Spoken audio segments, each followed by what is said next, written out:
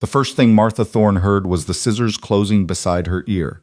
Not the crowd, not the preacher, not Mayor Silas Sterling reading out the charges in the same grave tone he used for tax notices and funerals.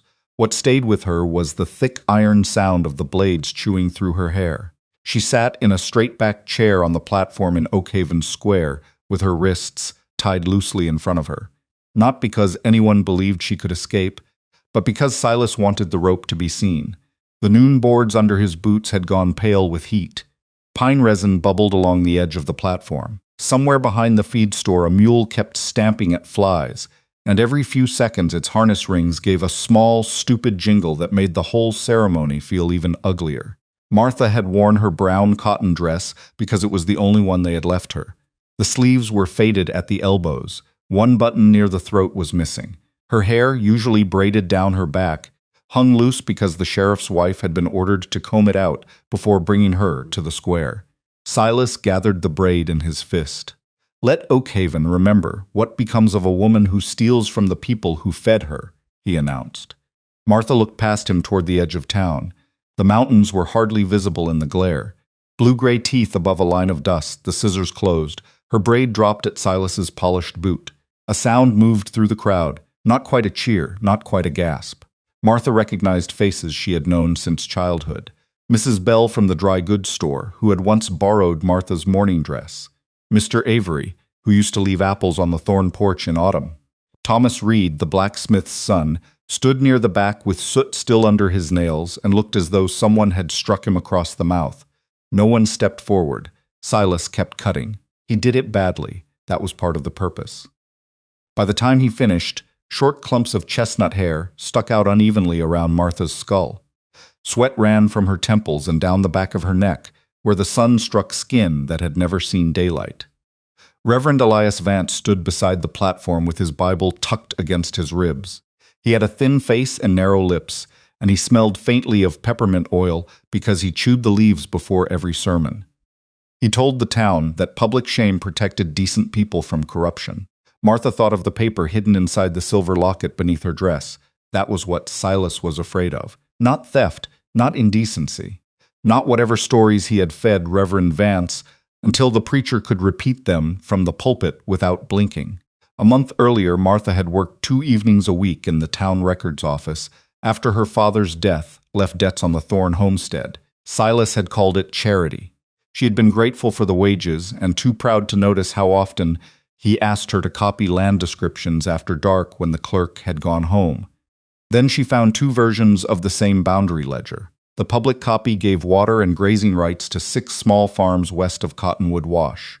The private copy shifted the markers nearly 2 miles south, folding those farms into a tract promised to a mining syndicate from Tucson. Silas's signature appeared beneath the changes. So did the mark of a territorial land agent and the name of a man who had already paid Silas in advance. Martha copied the relevant page by hand. She folded it until it was no larger than a postage stamp and slid it behind the empty portrait frame in her mother's locket. 3 days later, a cash box went missing from the council office. By Sunday, Reverend Vance was preaching about women who tempted honest men into sin. By Tuesday, someone had painted thief across the Thorne gate. By Friday, Silas had persuaded the council that exile was an act of mercy. Now the rope around Martha's wrists came loose. The sheriff did not meet her eyes. "Walk," he said. They led her south through town. No wagon, no horse, no water. Reverend Vance walked at the front in his black coat, carrying his cane like a staff of office. Silas followed several paces behind. About 24 people came after them. Some were there because they believed every word spoken from the church steps. Others had come because public punishment was rare, and there was nothing else happening before supper. The first stone struck Martha between the shoulder blades. Before they reached the last row of houses, she heard a child laugh. A second stone hit her left hip. The heat from the road came through the thin soles of her boots. Dust entered the cracked leather and collected between her toes. She tasted iron where she had bitten the inside of her cheek. Reverend Vance slowed until he walked beside her. "You should pray before the hills take you," he said. Martha kept her eyes on the road. He leaned nearer. "There will be no congregation out there to hear you confess." His peppermint breath made her stomach turn. "You know I did not take that money," she said. Vance's face barely changed. I know what the council found. No, you know what Silas told you to say. For the first time he looked at her. There was fear in his eyes, but it passed so quickly she almost missed it. That fear gave her more strength than anger would have. At the town boundary, where wagon ruts broke apart into pale sand and greasewood, the procession stopped. A little farther on, the land folded into dry washes and broken ridges. Beyond those, the Chiricahua Mountains rose in dark layers. Silas stepped in front of Martha. Sweat had darkened his collar. Without the platform under him, he looked shorter. "You will keep south," he said. "If you return, you will be jailed. If you spread lies about council business, I will make certain every settlement between here and Santa Fe knows what sort of woman you are." Martha looked at him. "You are frightened of a piece of paper." His jaw tightened. "That fever of yours will be gone by tomorrow. So will your chance to find it." The silence that followed was small but satisfying. Silas glanced at her dress, at the place where the locket rested beneath the cloth. Then he smiled for the crowd. "Go." Martha turned toward the open country. Someone threw one last stone. It skipped past her boot. She did not look back. By sunset, Oakhaven had disappeared behind heat and distance. The second day was worse than the first. On the first day, anger carried her. She counted steps. She cursed Silas. She imagined returning with a territorial judge and watching his face collapse when the forged boundary papers were read aloud. By the second day, thirst reduced the world to simpler matters. Shade, distance, breath. Her tongue swelled. The inside of her mouth felt lined with cloth. She sucked a pebble for an hour until it tasted of blood, then threw it away because the effort of moving it around her mouth became too tiring. Her boots split at the toes. She wrapped one foot with a strip torn from her petticoat. At noon, she crawled beneath a mesquite bush and lay with her cheek against the dirt while ants crossed the back of her hand. She could hear Oakhaven even when it was 50 miles away. Silas's voice came out of the wind. Reverend Vance's sermon rose from the clicking of insects. Her mother called from the doorway of the old Thorne house, though her mother had been dead for 6 years. When Martha stood again, she could not remember whether it was morning or evening. The mountains had grown larger. She walked toward them because there was nowhere else to go. Late on the third day, she stumbled into a dry wash cut deep between limestone shelves. A dead juniper lay twisted at the bottom, its roots exposed like fingers. Bones bleached white in the sand nearby. Martha could not tell what animal they had belonged to. She tried to climb out and slid back down. For a long time she sat against the bank, staring at the locket in her palm. The silver was hot from her skin. She opened it. The folded paper remained behind the empty oval of glass. Such a small thing, she thought. 6 farms, 2 miles of boundary, a payment written in a ledger. Enough to ruin a man, enough to nearly kill a woman. She closed the locket and put it in her mouth for the cool taste of metal. When that no longer helped, she began digging. She had once watched her father shelter a sick calf from August heat by scraping away the upper layer of soil in a shaded arroyo. A few inches below the surface, the earth had held the night's coolness. Martha clawed at the wash floor with both hands. Gravel tore her fingernails, her palms split. She kept digging until the dirt darkened slightly and felt cool under her wrists. Then she lay in the shallow hollow and pulled loose earth over her legs and hips. The relief was immediate enough to make her sob once. She pressed her face to the damp sand. For the first time since leaving Oakhaven, the heat stopped shouting. She slept. Hoofbeats woke her, though at first she thought they were part of a dream. The vibration came through the ground before the sound reached her ears. Martha tried to lift her head. A horse snorted above the wash. Voices followed, men speaking a language she did not know. The mothers in Oakhaven told stories about the Chiricahua to keep children from wandering after dark. In those stories, Apache riders moved without sound, appeared from rock, and took whatever the frontier failed to guard. Martha had believed some of those stories when she was 10. At 31, half buried in a wash and nearly dead, she found it difficult to be afraid of the correct enemy. A shadow covered her. She opened one eye. A man sat on a bay horse above her. He was broad-shouldered, middle-aged, and very still. Several riders waited behind him. None wore the theatrical feathers or painted costume used in cheap illustrations sold at the Oakhaven Mercantile. Their clothing was practical, worn, dusty, built for movement. The man dismounted. He came down into the wash and crouched several feet from her. Martha saw a knife at his belt and the polished wood of a bow. She also saw that he had no hurry in him. He spoke. She did not understand. Her lips moved anyway. Water. The man studied her hacked hair, the bruises on her arms, the soles of her ruined boots. One of the younger riders said something sharp from above. Another answered. Martha caught only the tone, disagreement. The older man reached toward her with the end of his bow and touched her shoulder. She managed a sound. That seemed to settle one question. Then another rider arrived. She was an older woman on a white mare, her back straight despite her years. Gray threaded her dark hair. Silver ornaments clicked softly near her temples when she dismounted. The men became quiet. The woman climbed down into the wash and knelt beside Martha without asking anyone's permission. Her hand went first to Martha's throat, feeling the pulse, then to her forehead, then to the ragged ends of her hair. Martha expected pity. What she saw instead was anger, not at her, at whoever had done this. The woman took a damp wad of moss from a pouch and pressed it to Martha's lips. Moisture touched her tongue. Martha tried to bite down on it. The older woman pulled it away and gave another drop. Slowly, always slowly. The broad-shouldered man spoke to her. The woman answered without looking up. Their voices were low, but the shape of the argument was easy enough to follow. He pointed toward the valley. She pointed at Martha's chest. Finally, the woman gave an order. The riders cut saplings and lashed them together with rawhide. They covered the frame with blankets. When they lifted Martha, pain went through her so violently that the sky turned white. Her hand closed around the older woman's sleeve. The woman did not pull free. Martha woke in darkness that smelled of cedar smoke. She lay beneath a heavy hide blanket. A fire burned low in the center of a lodge. The light entered softly from above, touching woven mats, baskets, bundles of dried plants, strips of meat hanging near the smoke. For one terrified second, Martha did not know where she was. Then memory returned. The wash, the riders, the old woman. She pushed herself up. A cool hand pressed her shoulder. The older woman sat beside her. Martha's body hurt in layers. Her scalp burned. The bruises from the stones had stiffened across her back. Her feet felt swollen, twice their size. When the woman uncovered Martha's lower legs, the skin was cracked and raw. On the ground stood a clay bowl filled with a red-gray paste. The woman dipped 2 fingers into it and touched Martha's cheek.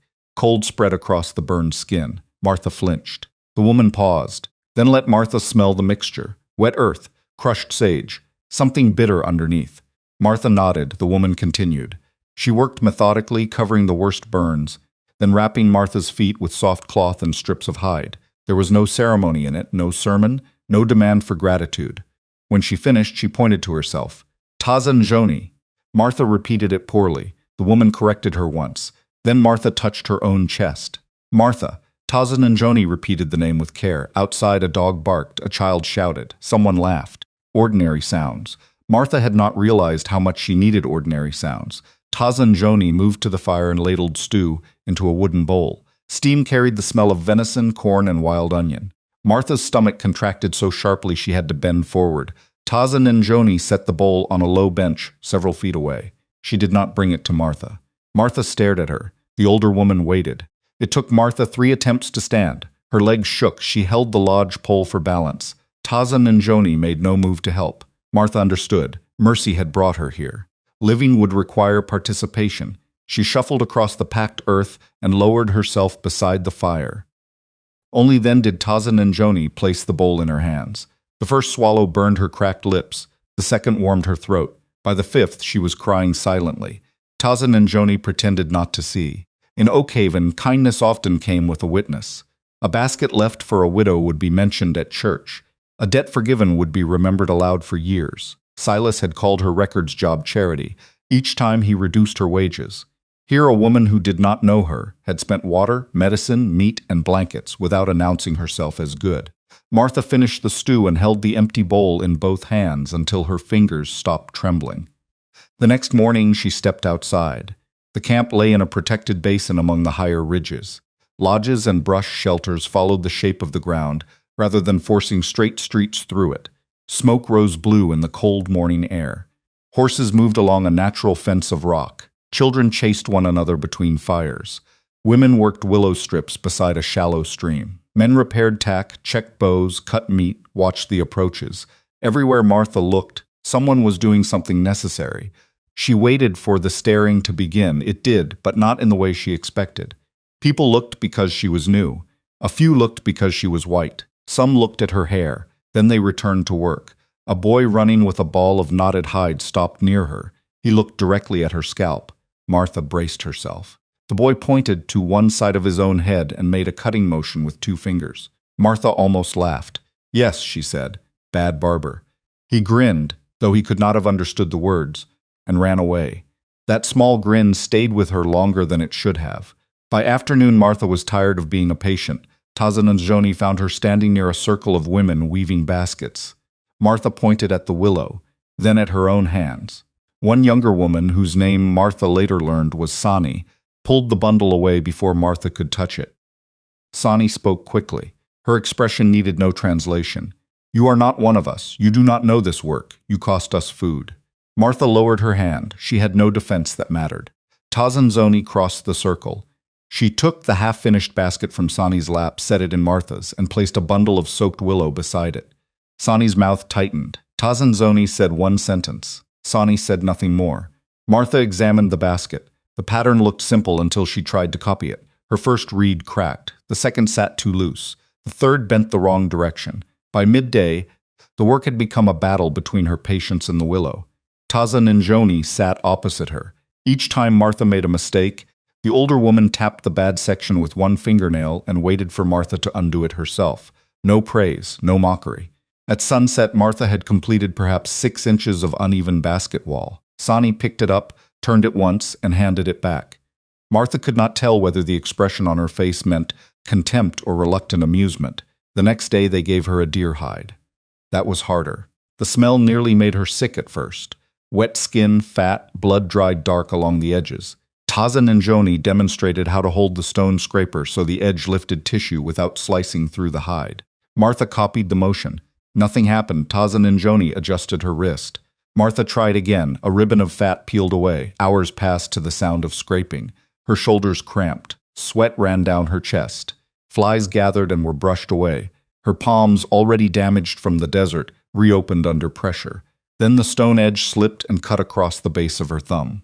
Martha sucked in a breath. Blood ran into her palm.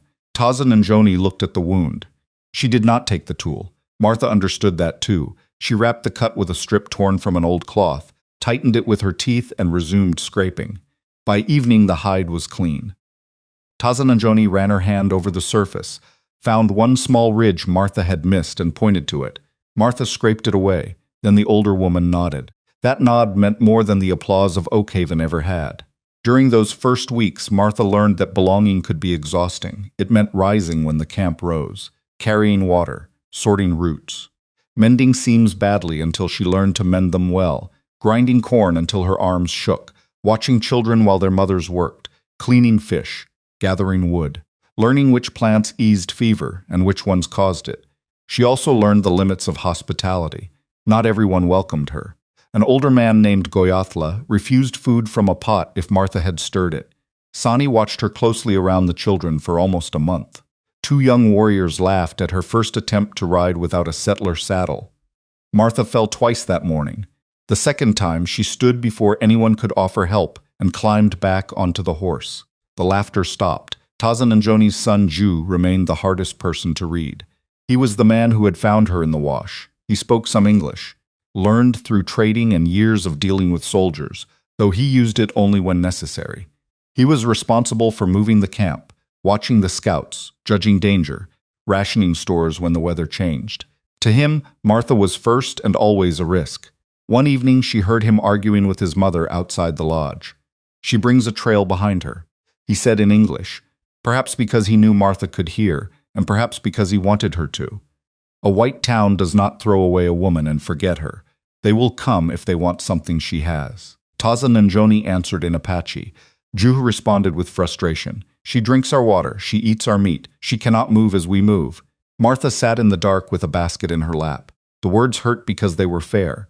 Oakhaven had hated her for a lie. Judd distrusted her for facts. She was an extra mouth. She did not know the language. She knew almost nothing about the land. Silas might indeed come looking for the document. For a moment, she wanted to pack her few things and leave before dawn. Then Taza-Nzhoni spoke in English. "She learns." Ju was silent. "She works."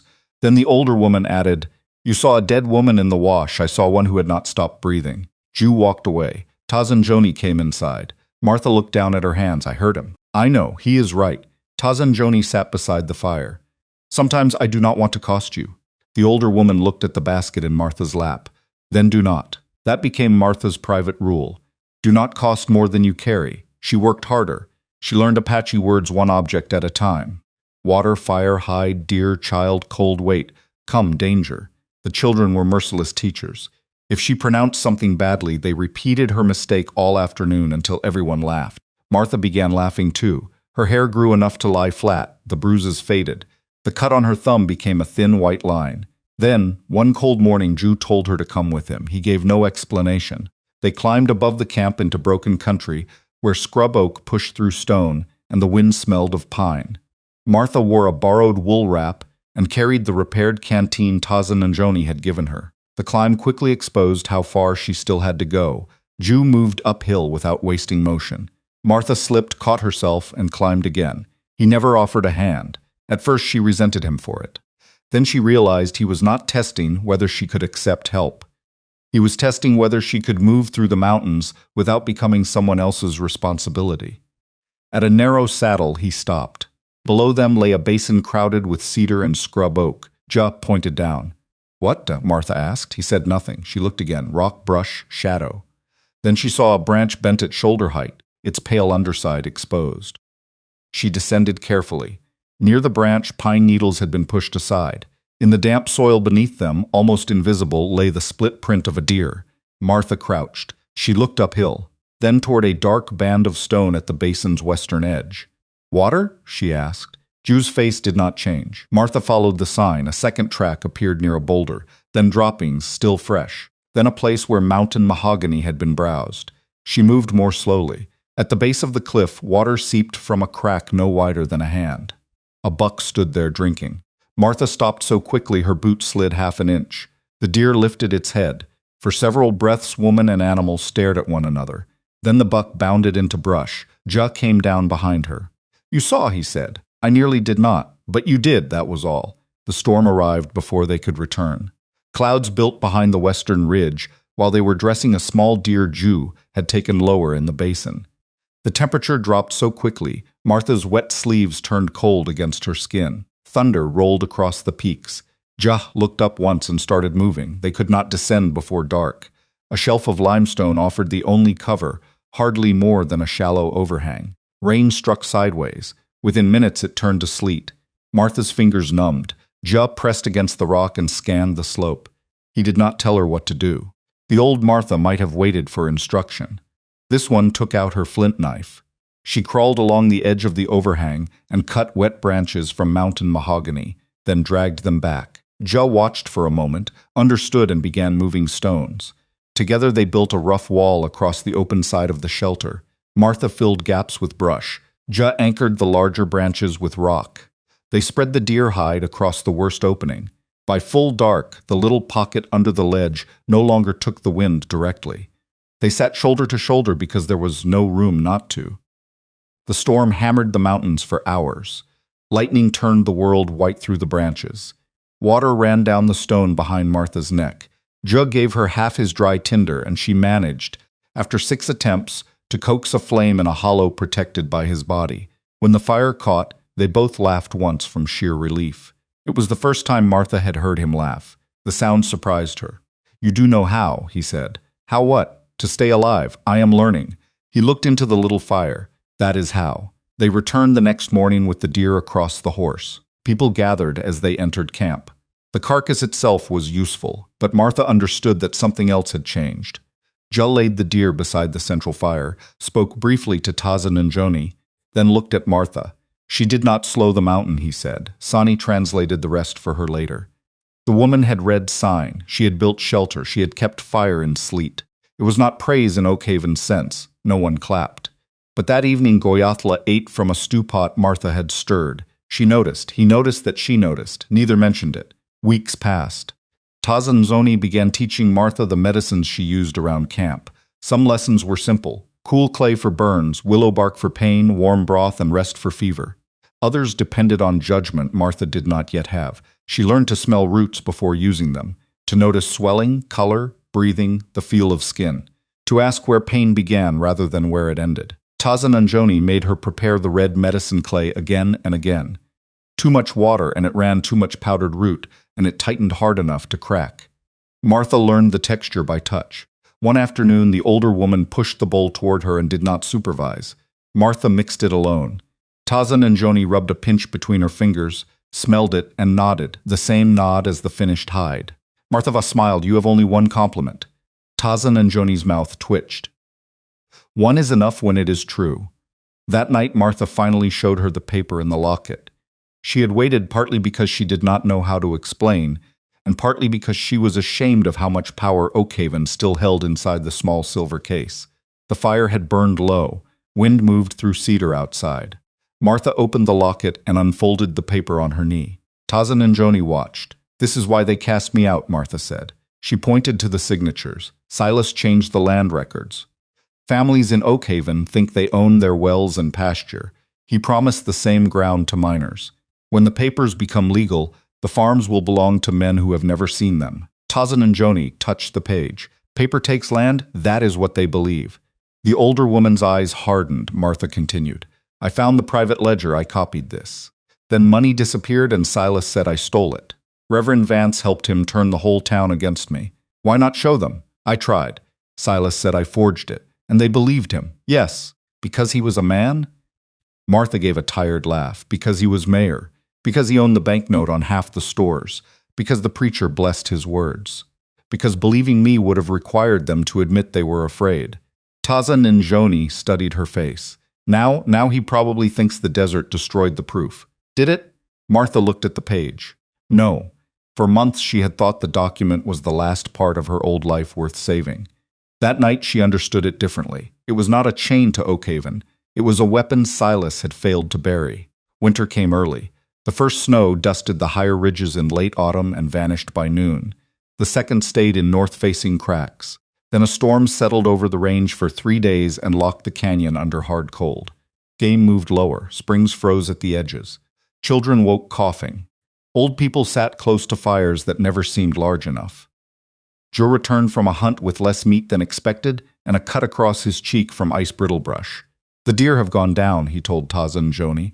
"If this holds, we move." But moving elders and children through deep snow carried its own danger. Martha stood in the doorway of the lodge while wind pushed smoke flat across the camp. The cold found every gap in the walls. She remembered winters on the Thorne farm. Her father had hated wasted heat. Each October he mixed mud with chopped straw and packed it into cracks in the barn and smokehouse. The method was ugly, but it kept newborn calves alive through freezing nights. Martha knelt beside the lodge wall and touched a draft with the back of her hand. She found Taza-Nzhoni breaking ice from a water skin. "I need grass," Martha said. "Dry grass. Corn husks if there are any." "Clay?" Taza-Nzhoni frowned. Martha pointed at the wall. "Cold comes through here. We can stop some of it." By midday she had a basin of mud mixed with shredded grass and husks. Sani helped without being asked. They packed the mixture into cracks around the lodge base, then along seams where hide coverings met. Martha banked the fire differently, using stones to hold heat and smaller fuel to preserve coals overnight. The first lodge improved. They did another, then another. Soon half the camp was working. Children carried chopped fiber. Men hauled clay from ground that had to be broken with stones.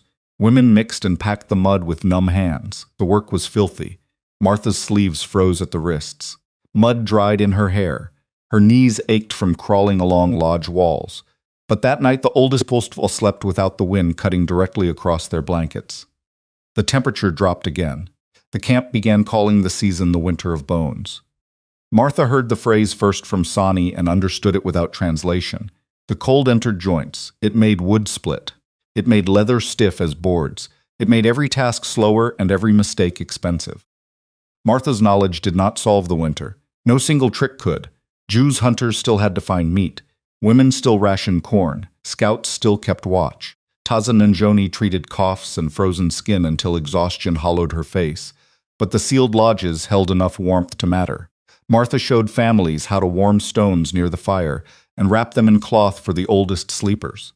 She remembered how her mother once stretched flour by making thin corn cakes with rendered fat and added the same method to the camp's cooking. When a child developed a deep cough, Martha sat through the night beside Taza-Nzhoni, holding him upright while steam rose from a bowl of herbs. At dawn, the child's breathing eased. Sani, his mother, sat across from Martha with red eyes. She took Martha's hand, no words. The grip lasted 3 seconds. It ended months of suspicion. Near the coldest week, Goyathla came into Taza-Nzhoni's lodge carrying a strip of dried meat. He broke it in half. One piece he gave to the matriarch. The other he handed to Martha. She took it. He sat by the fire. That was all. Martha chewed the tough meat slowly and felt something settle in her chest. Oakhaven had offered belonging as a condition. Obey, stay quiet, protect the powerful, and the doors would remain open. Here belonging had been harder and cleaner. Work, learn, carry weight, tell the truth. She preferred the harder bargain. When the weather finally broke, sunlight struck the snow so brightly, Martha had to shield her eyes. Water dripped from the roof edges. Horses pawed at exposed earth. Children ran through slush until their leggings were soaked, and mothers shouted at them. That evening, Taza-Nzhoni asked people to gather near the central fire. Martha stood at the edge, expecting a discussion about stores or moving camp. Instead, the old woman called her forward. Taza-Nzhoni held a shallow stone bowl of pale clay mixed with ash. She touched 2 fingers to the mixture and drew a line across Martha's brow. Then she spoke. Sani translated quietly at Martha's side. Taza-Nzhoni told the camp that Martha had come to them nearly dead, carrying the marks of another people's punishment. She had taken food but had returned labor. She had taken shelter but had helped keep shelter around the old and young when winter tried to tear it apart. She had learned enough to become useful and remained humble enough to keep learning. No one cheered, but no one looked away. When Taza-Nzhoni finished, she said Martha's name, not as a question, not as the name of Oakhaven's scandal, simply Martha. For the first time, the name did not hurt. Later, she sat beside the thawing creek and touched the place on her forehead where the clay had dried. Her reflection shook in the water. The hair Silas had cut now reached her ears. Her skin had darkened. A scar crossed her thumb. Her face looked thinner and stronger. Juh came down to the creek carrying her left boot. The strap had broken that afternoon while she gathered bitterroot. He sat on a stone and threaded a bone awl with sinew. "You stole my boot," Martha said. "It was trying to die. So was I when you found me." He looked up. That took longer to repair. She laughed. Juh bent back over the boot.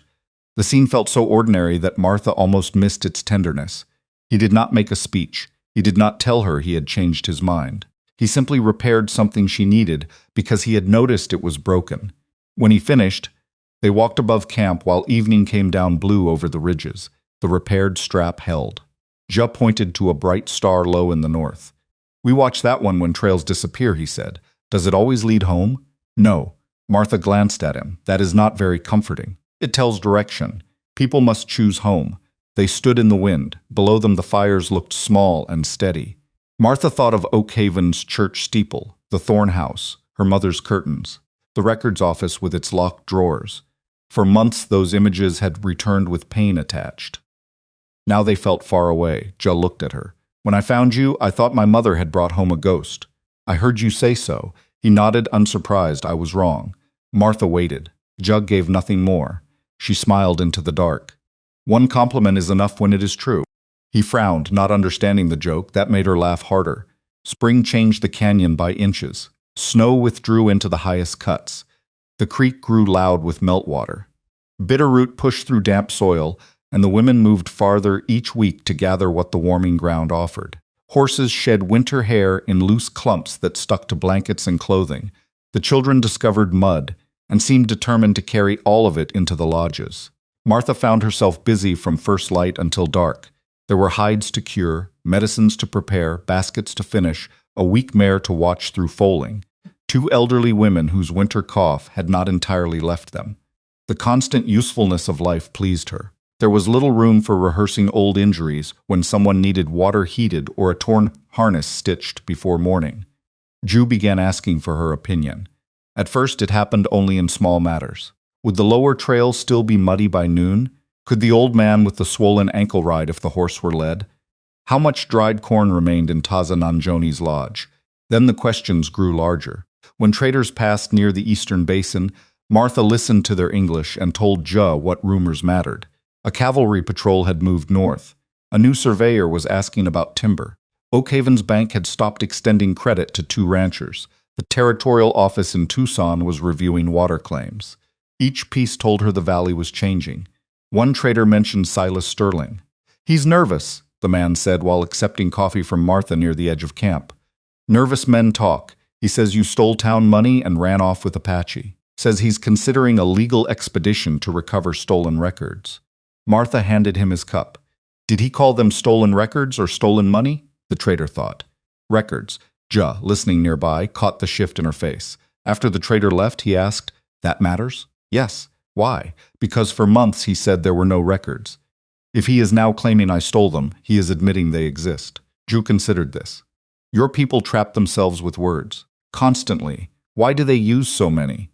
"So other people will not notice the useful ones." That earned the faintest smile. Their closeness developed in tasks before either of them named it. Ju brought her good stone for grinding medicines because he had noticed the slab she used was cracked.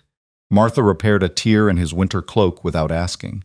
He began leaving the cleanest portion of liver near Taza-Nzhoni's cooking place when Martha was treating someone who needed it. She learned how he took his coffee when traders brought beans. Black, weak, no sugar. He learned that she hated goat milk but would drink it if Taza-Nzhoni put the cup in front of her. They argued too. When Ja ordered scouts to avoid a valley trail for a week because soldiers had been seen near the South Ridge, Martha protested that the route was the quickest way to a stand of willow needed for basket work. "You can use another stand," he said. "It is half a day further. Then walk half a day. You enjoy saying things like that. I enjoy you being alive enough to complain." She stopped. Ju seemed equally surprised by his own sentence. Taza-Nzhoni, who was grinding seeds beside them, made a low sound that might have been laughter. Neither of them asked.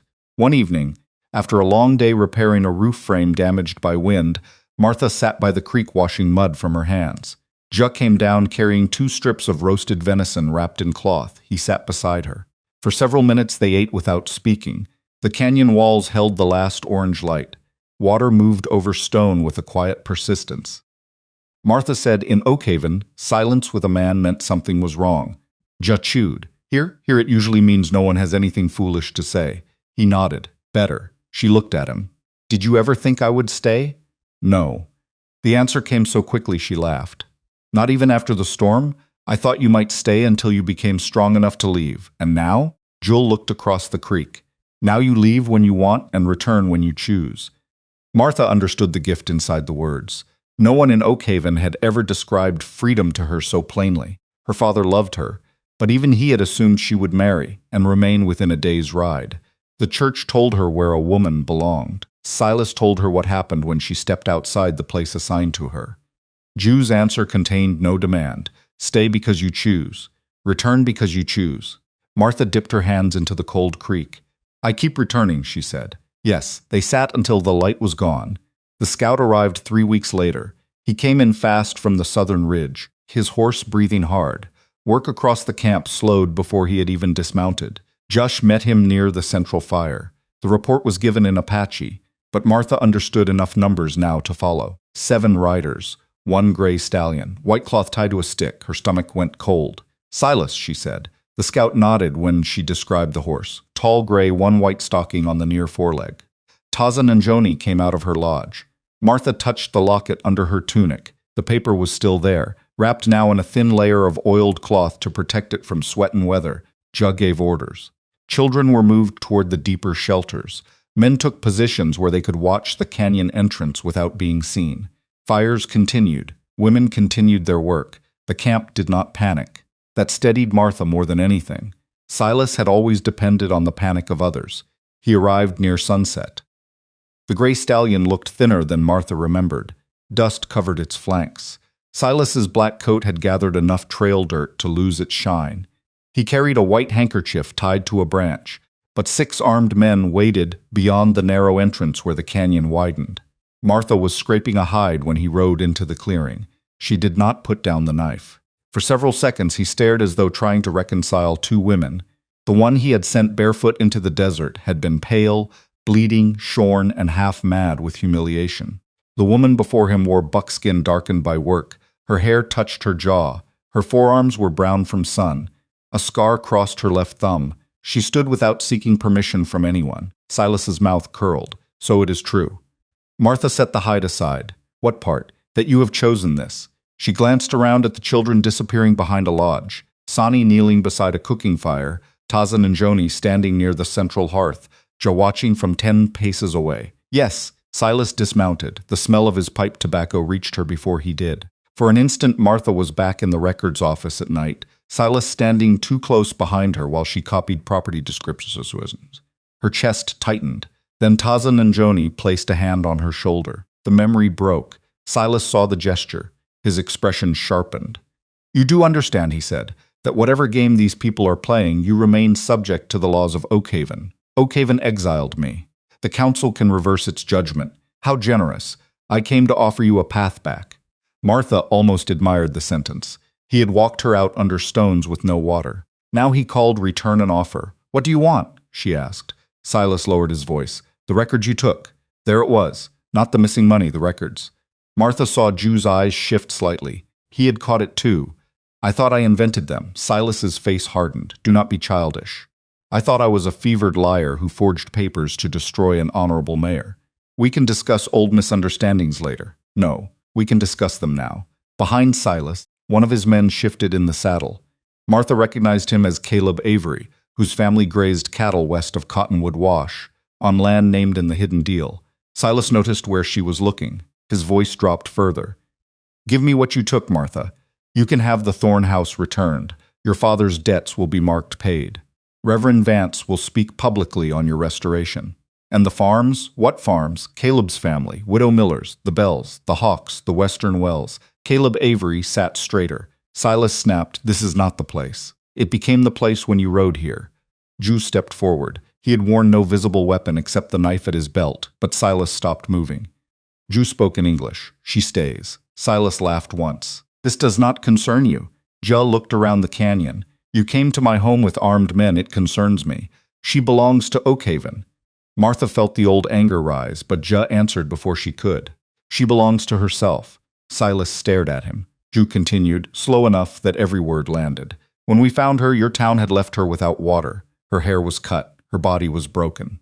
You had already decided she was not yours. You do not get to change that because she survived." Silas's cheeks darkened. "You people know nothing of the circumstances." Taza-Nzhoni said something quietly. Martha translated. "She says we know what your circumstances looked like on her skin."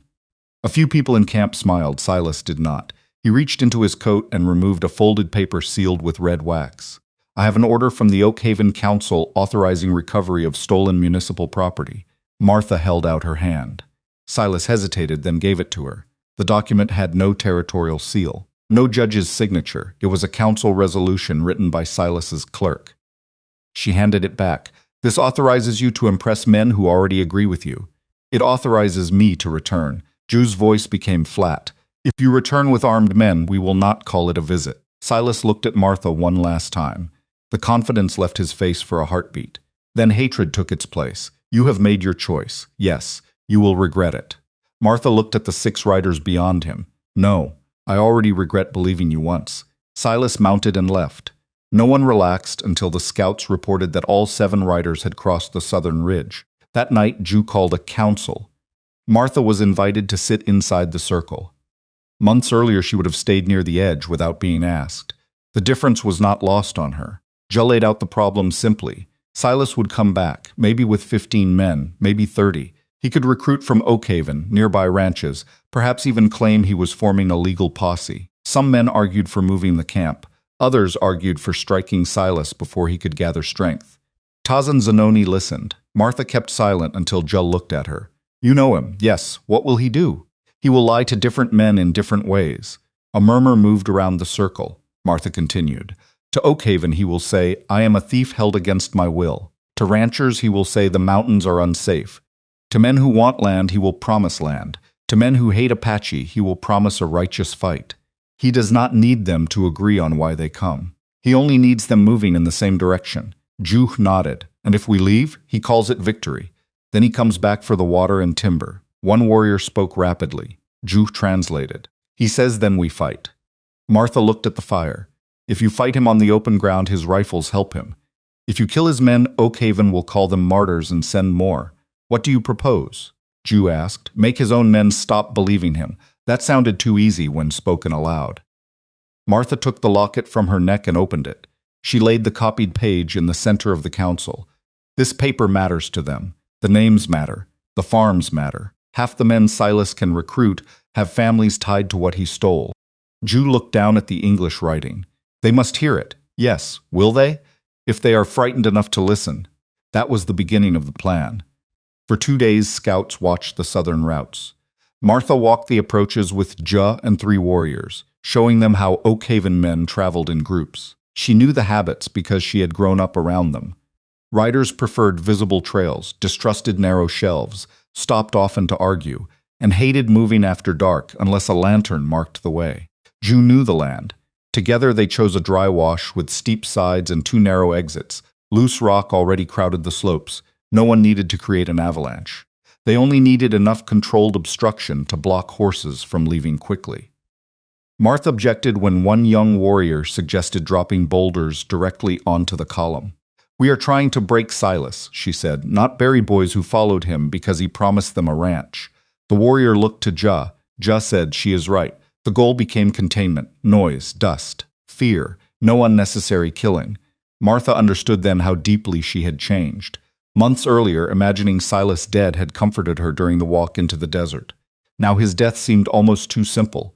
She wanted him alive when his lies failed. A second scout came in near dawn on the 3rd day, 23 riders, maybe more behind. Silas carried 2 rifles across his saddle. The militia had no cavalry uniforms, only ranch clothes, town coats, work shirts, and belts full of ammunition. These were not soldiers. They were neighbors carrying weapons because one powerful man had convinced them that fear was duty. Martha recognized the description of several horses. Thomas Reed was with them, so was Caleb Avery. Her chest tightened. Thomas had watched her humiliation without throwing a stone. He had also done nothing to stop it. She had hated him for that during the first weeks. Now she wondered what Silas had told him. By afternoon, the camp had changed. Children and elders moved to deeper shelter. Food was cached. Horses were led away from obvious ground. Scouts vanished into high positions. Taza-Nzhoni prepared the red clay used before danger. Martha had seen her mark warriors before hunts and long journeys. This time the air around the fire felt different. One by one men stepped forward. Taza-Nzhoni touched clay to brow and chest. When Ju came to her, the matriarch looked at Martha. Then she handed Martha the bowl. Martha stared at it. Taza-Nzhoni spoke softly. Sani translated, "You know what comes from the valley. Your hands carry part of the protection." Martha dipped her fingers into the cool red mixture. Ju stood before her. His eyes never left hers. She drew a line of clay across his shoulder, then another over an old scar near his collarbone. The gesture was not romantic, but intimacy lived inside it anyway. Martha knew the scar. She knew the shoulder beneath her hand had hauled stones with her during the winter storm.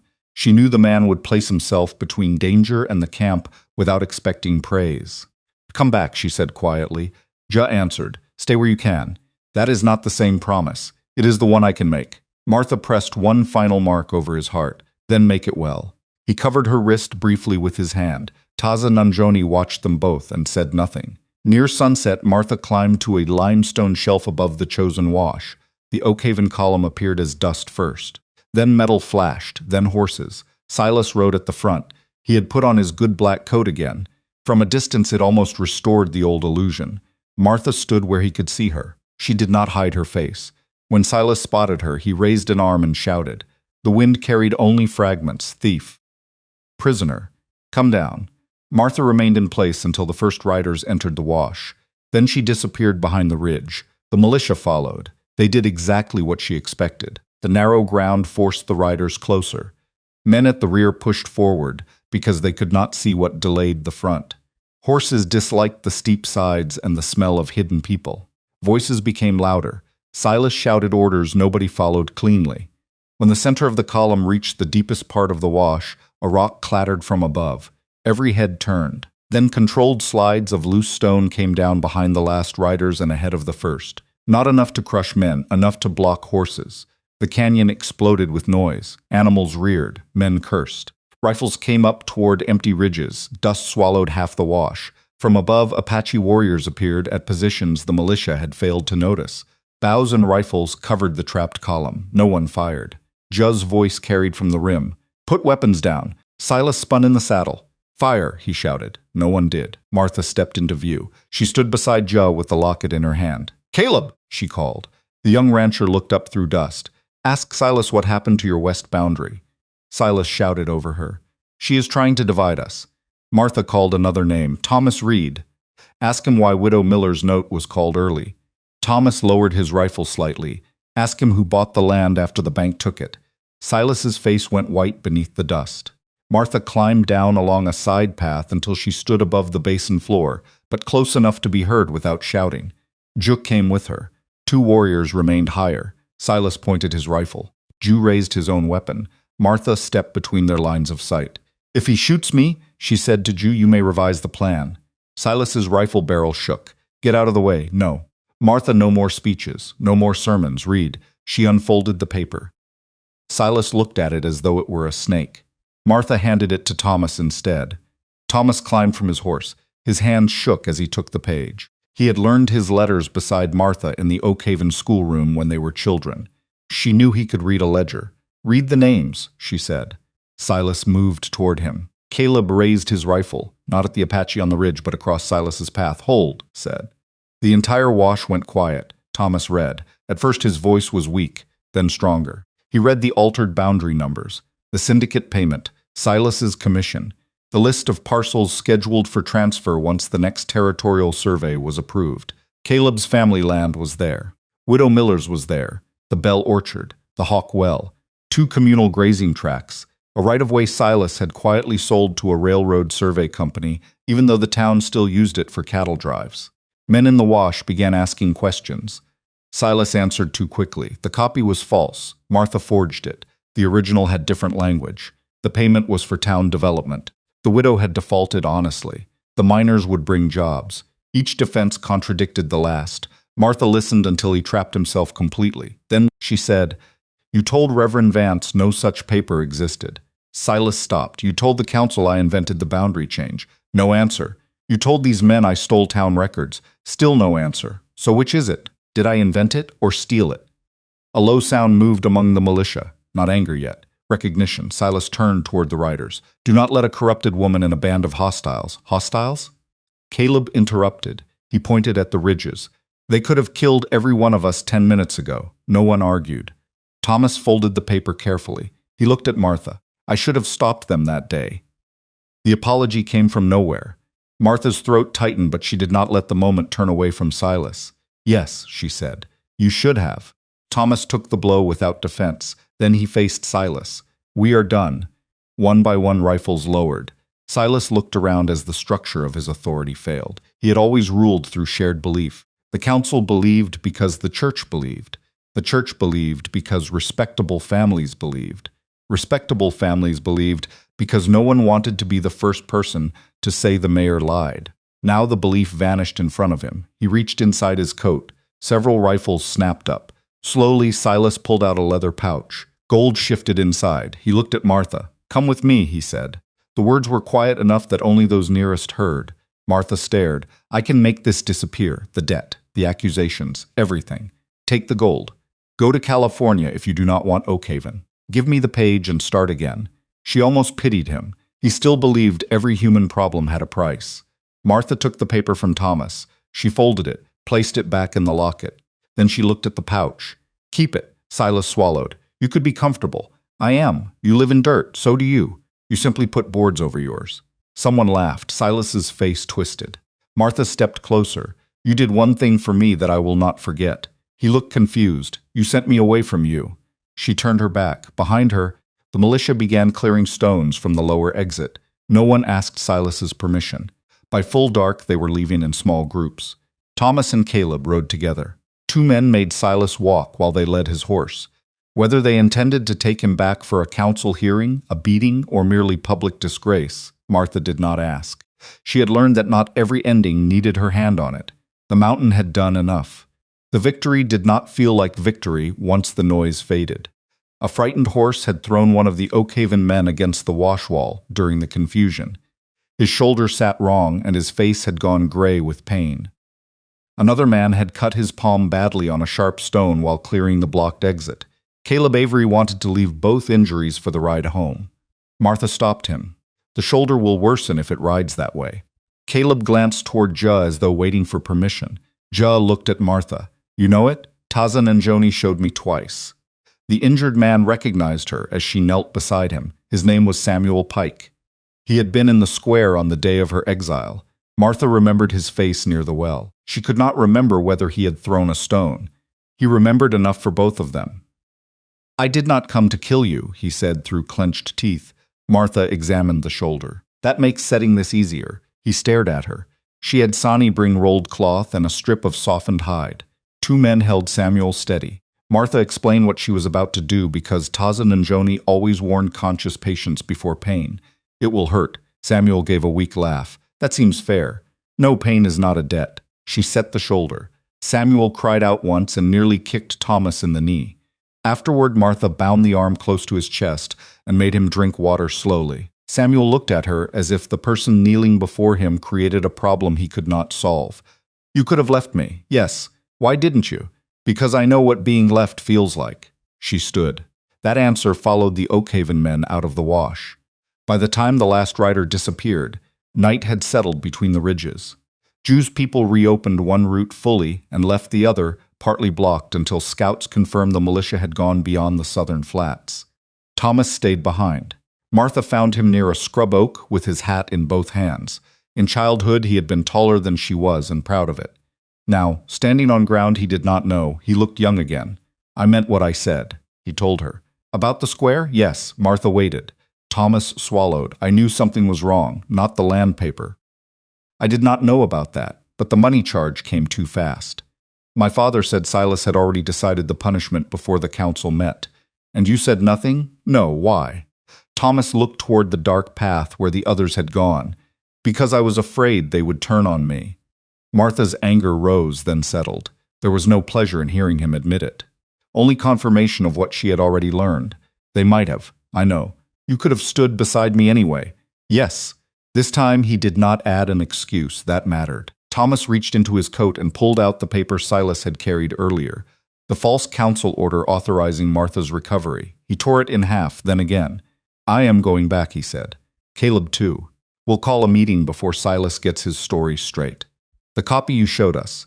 If you let me write it down, we can force the clerk to open the original ledgers. Martha thought about the document in her locket. For months she had guarded it with the intensity of someone protecting her own name. Now the proof belonged to people whose farms were listed on it. She sat beside the fire and copied the information from memory while Thomas held a lantern, parcel numbers, boundary descriptions, payment amounts, names. When she finished, Thomas folded the page. You could come with us, he said. Martha kept writing for another line before setting down the charcoal. The town will know the truth. Yes. Reverend Vance will have to take back what he said. Martha looked up. Thomas rushed on. The council can restore the Thorne property. We can clear your name in the record. People will understand. They will apologize. Will they? He hesitated. Some. The same people who watched. Thomas looked at the ground. Martha was not trying to wound him. She needed the answer to remain honest. I can make sure they know you were innocent, he said. Martha touched her thumb scar. I know I was innocent. That is not what I mean. I know. Thomas's voice softened. Then what do you want? The question surprised her. For years she had wanted the Thorne house secured, her father's debts paid, her place in town unquestioned. After the exile, she had wanted Silas exposed. Later, she had wanted enough water to live through one more hour. Now she knew exactly what she wanted. I want morning to come and know what my work is, she said. I want Taza-Nzhoni to complain that I grind the roots too fine. I want Sani to steal the good knife and pretend she did not. I want to hear the children running before I am ready to wake up. I want to climb the North Ridge and know where the seep is.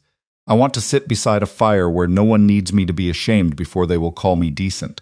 Thomas listened. That sounds like home. It is. He looked toward the camp. And Ja? Martha followed his gaze. Ja stood at the far fire speaking with two scouts.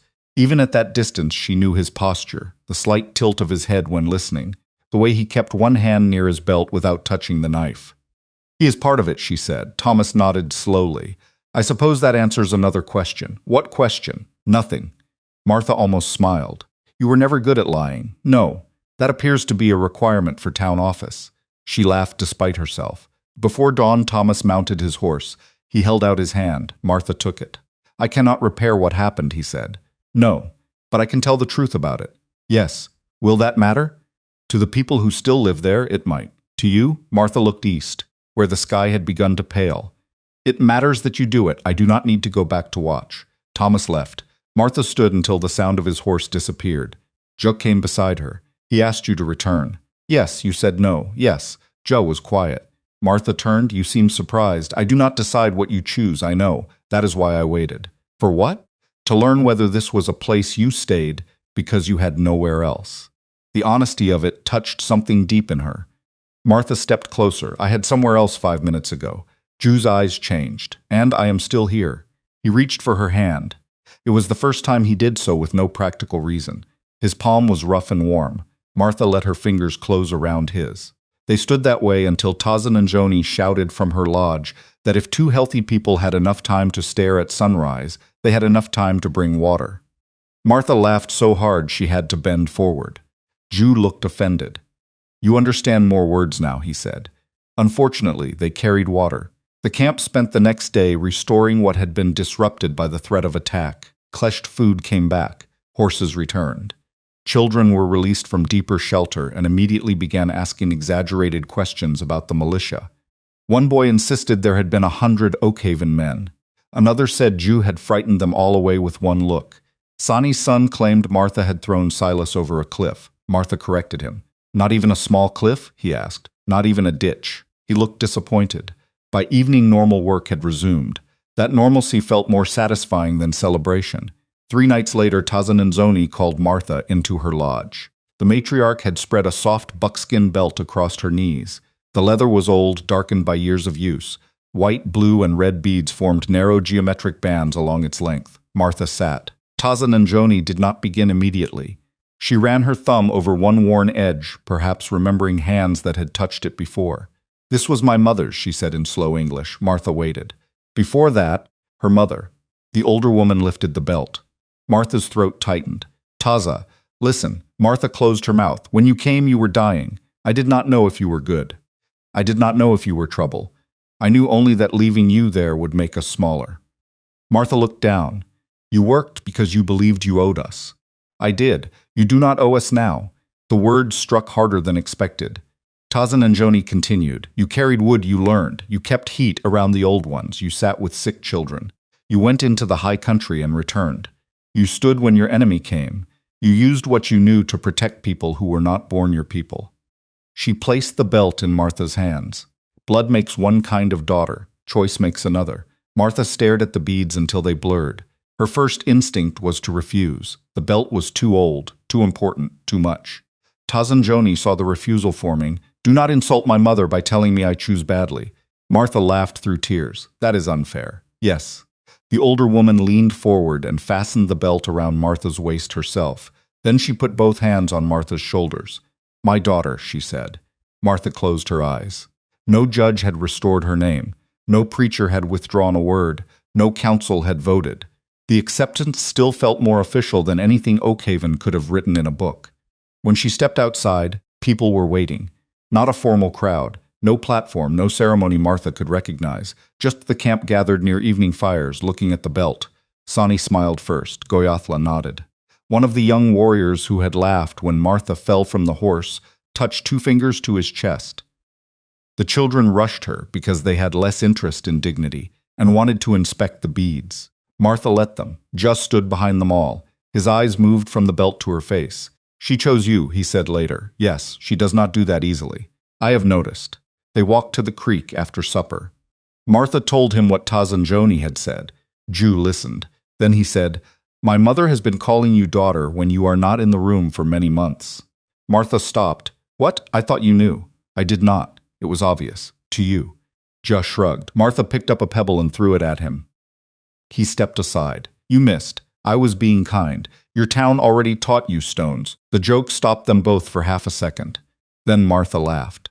It amazed her that even the worst memory could lose some of its poison when placed in different hands. The days that followed were quieter. Scouts reported Oakhaven in turmoil. Silas had been removed from the council pending a territorial inquiry. The clerk had opened the land ledgers under pressure from half the families named in Martha's copy. Reverend Vance preached a sermon about false witness without naming whose false witness he meant. Martha heard the report from a traitor and felt almost nothing. That unsettled her more than anger would have. She went to Taza-Nzhoni. I thought I would feel satisfied. Why? Because Silas is losing everything. Taza-Nzhoni sorted dried leaves into bundles. Did his losing give back your hair? No. Did it remove the stones? No. Then why should it heal you? Martha sat beside her. I suppose I wanted justice to feel larger. It is often small. What does that mean? Taza-Nzhoni tied one bundle. A hungry child eats. A frightened woman sleeps. A liar is no longer believed. Small things. Martha thought of Samuel Pike riding home with his arm tied against his chest. She thought of Thomas returning to tell the truth. She thought of Silas's gold pouch hanging useless from his hand. Small things. Enough. Her relationship with Jew changed after the militia, though neither of them announced it. He began sitting closer at the evening fire. When Martha traveled with women to gather herbs, a scout still watched the route, but Jew stopped inventing reasons to be that scout every time. She teased him when she noticed. You are becoming careless, she said. You complain when I follow you. I complain when you pretend it is an accident. It can be both. One afternoon they rode to the high seep where Martha had first tracked the buck. The trail had dried after spring runoff. New grass grew in thin, bright patches among stone. They dismounted near the water. Martha crouched to fill a skin. Just stood behind her. You could have gone back, he said. You mentioned that already. I am mentioning it again. Why? Because I need to know something. She turned. Drearily looked uncertain. The sight made her pay attention, he continued. You chose the camp. You chose my mother. Those choices are clear. Martha waited. And you? She asked. He looked annoyed that she had made him say more. Yes. Martha set down the water skin. When I first came here, I watched you because I was afraid of you. I know. Later I watched you because I was trying to understand what you expected from me. I expected work. I know that too. Now? She stood. Now I watch you because you repair my boots when you think I am not looking. Jew's expression remained serious. That is not an answer. It is mine. He exhaled through his nose. Martha smiled. Then she reached up, took his face in both hands, and kissed him. It was brief. No orchestra of feeling, no collapse of the world. His skin smelled of sun, horse, and juniper smoke. When she pulled back, Jill looked at her for a long second. That was clearer, he said. You are difficult. So are you. Good. He kissed her again. They returned to camp after dark and found Taza-Nzhoni waiting outside her lodge. The matriarch looked at Martha, then at Jill, then at the fact that they had arrived carrying one water skin between two perfectly healthy horses. She sighed with theatrical disappointment. Slow learners, she said. Martha covered her face. Jill walked away. You cannot leave me here, Martha called after him. I can. You are daughter now. Taza-Nzhoni laughed so loudly the nearest children came to investigate. The matter was not settled by affection alone. Jill had responsibilities to the people. Martha had built her own place in the community and refused to have it swallowed by becoming merely the chief's woman. They spoke about it over several evenings, sometimes in English, sometimes with Sani clarifying a word that did not cross languages easily. Martha would continue working with Taza-Nzhoni as a healer. She would continue teaching the useful settler methods she knew when they fit the camp's needs. She would not be expected to surrender the locket or her old name. Jew would not speak for her in matters concerning Oakhaven unless she asked. In return, Martha accepted that life with him meant sharing the risks attached to his position. Scouts might arrive at midnight. Plans might change without warning. He would leave for days when danger required it. None of that frightened her as much as the old life had. In Oakhaven, certainty had been another word for confinement. Here uncertainty came with choice. The union took place at the beginning of summer. There was no church bell, no white dress, no legal clerk. At dusk, people gathered near the central fire. The canyon walls still held heat from the day, while cool air began moving down from the high ground. Taza-Nzhoni brought a dark clay vessel filled with spring water. Martha wore the beaded belt. Jew stood opposite her.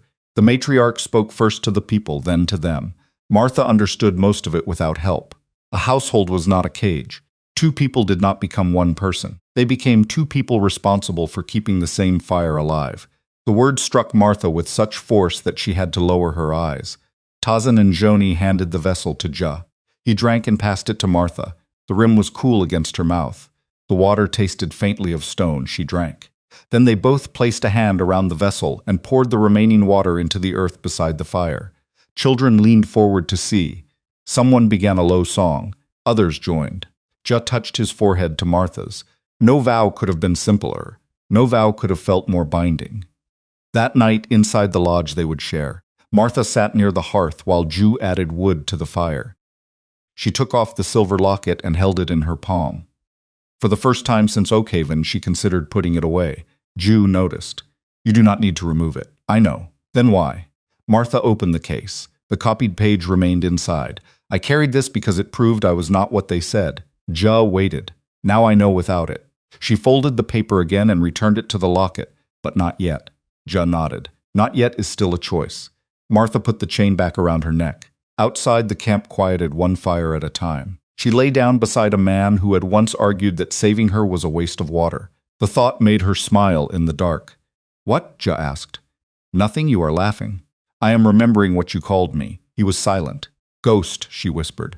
"I was wrong. Very. How long will you remember?" Martha considered. 30 years, perhaps. Jha groaned. She slept better than she had in her entire life. Marriage did not make life gentler. The summer after their union was dry enough to bleach grass at the roots. 2 springs weakened. Deer moved farther north. Traders brought flour at twice the usual price and acted as though scarcity had been invented for their profit.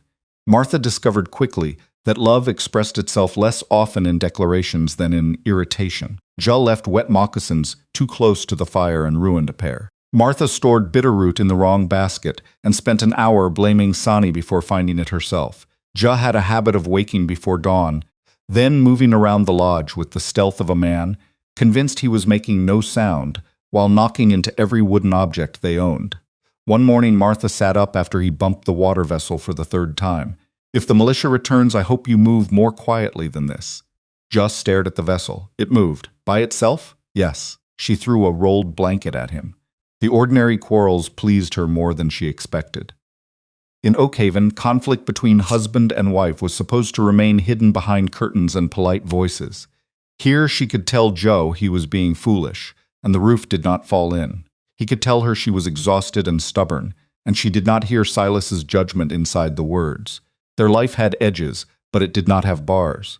Martha's work with Taza-Nzhoni deepened. The older woman stopped demonstrating every step. She began sending Martha alone to gather certain plants, and asked her afterward where she found them, what the soil felt like, which side of the slope held more moisture. Medicine, she taught, began before the bowl. A root taken from the wrong place at the wrong season could be weak. A person treated without noticing hunger, grief, or cold could fail to heal, even if the herb was correct. Martha brought her own knowledge into the work carefully. She knew how to boil cloth to clean it. She knew that spoiled meat caused sickness even when people argued otherwise. She remembered her mother using honey on certain cuts and keeping wounds open to drain rather than binding everything tightly. Some ideas fit, others did not. Taza-Nzhoni never praised novelty for its own sake. "Does it help?" she asked each time. If the answer was no, the method disappeared. If yes, it stayed. That became the standard Martha used for everything. Does it help? It was cleaner than asking whether a practice belonged to white people or Apache people, men or women, old custom or new. One autumn, a trader arrived with news from Oakhaven. Silas Sterling had escaped formal imprisonment. The territorial inquiry found enough irregularities to remove him permanently from office and enough missing money to keep lawyers busy. But he left town before a larger fraud charge could be heard. Some said he went west. Others said Mexico. No one knew. Reverend Vance remained. For several months he preached that Oakhaven was being punished for disunity. Attendance fell. Families who had lost land stopped donating. The church roof developed a leak over the winter and went unrepaired. Thomas Reed became one of 3 men overseeing the reopened town ledgers. Widow Miller recovered part of her property. The Avery boundary was restored. The news should have felt like a final chapter. Instead, Martha found herself listening while slicing dried apples, then asking the trader whether he wanted more stew. After he left, Ju said, "You did not ask where Silas went. No. You once wanted to know everything he did. I once needed to know where danger was, and now he is not where I live." That was true enough. Years passed by work rather than calendar. Martha marked them through changes she could touch. Her hair grew past her shoulders again. Then she cut it herself because long hair became annoying during summer work. The first time she raised the knife to it, her hand stopped. Ju noticed from across the lodge. "You want help?" "No." Martha took a breath and cut one thick section to her jaw. Nothing happened. No crowd gasped. No one declared her ruined. She cut the rest. When she finished, the uneven ends made Sani laugh until she cried. "You look worse than before," Sani said. Martha threw a comb at her. The laughter freed something she had not known was still trapped. Another year was marked by the first child born in the lodge Martha shared with Ju. The baby was a girl, dark-haired, furious, and louder than any creature of her size had a right to be. Martha had helped other women through labor. Knowing what happened did nothing to make her own less frightening. Taza-Nzhoni stayed beside her throughout the night. At dawn, exhausted beyond speech, Martha held the child against her chest while Ju sat so still he seemed afraid movement would break the world. "Take her," Martha whispered. Ju did not. "You have held babies, not this one." "That is not a reason." "It is." Taza-Nzhoni made an impatient sound, lifted the infant from Martha and put her directly into Ju's arms. The chief looked terrified. Martha laughed until the laugh turned into tears. They named the girl after Ju's sister, who had died young.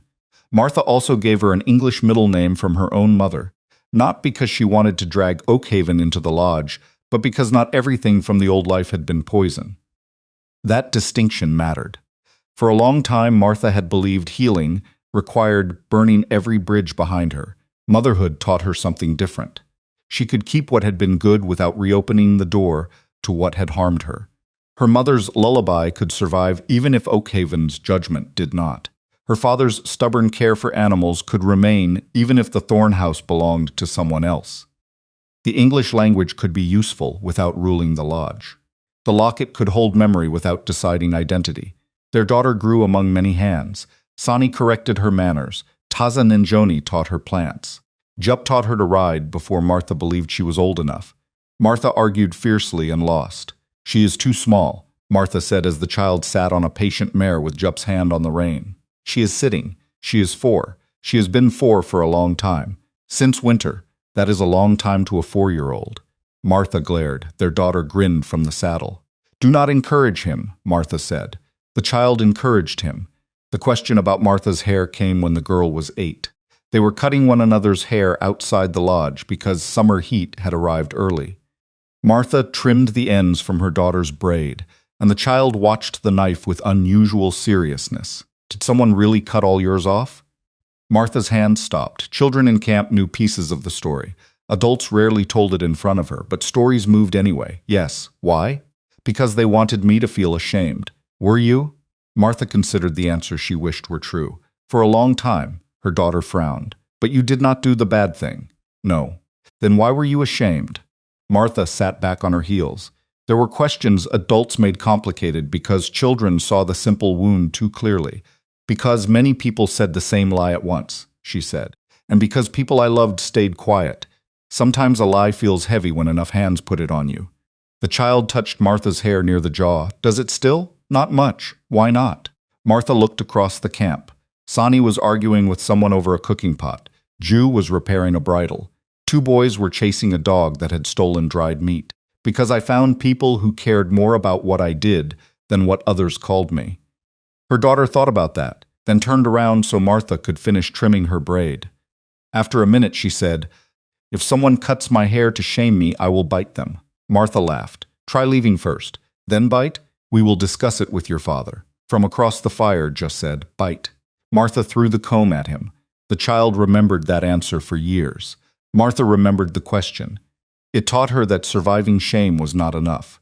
If she wanted the next generation to be freer, she had to speak plainly about how shame worked, how it entered through fear, silence, and the borrowed judgment of crowds.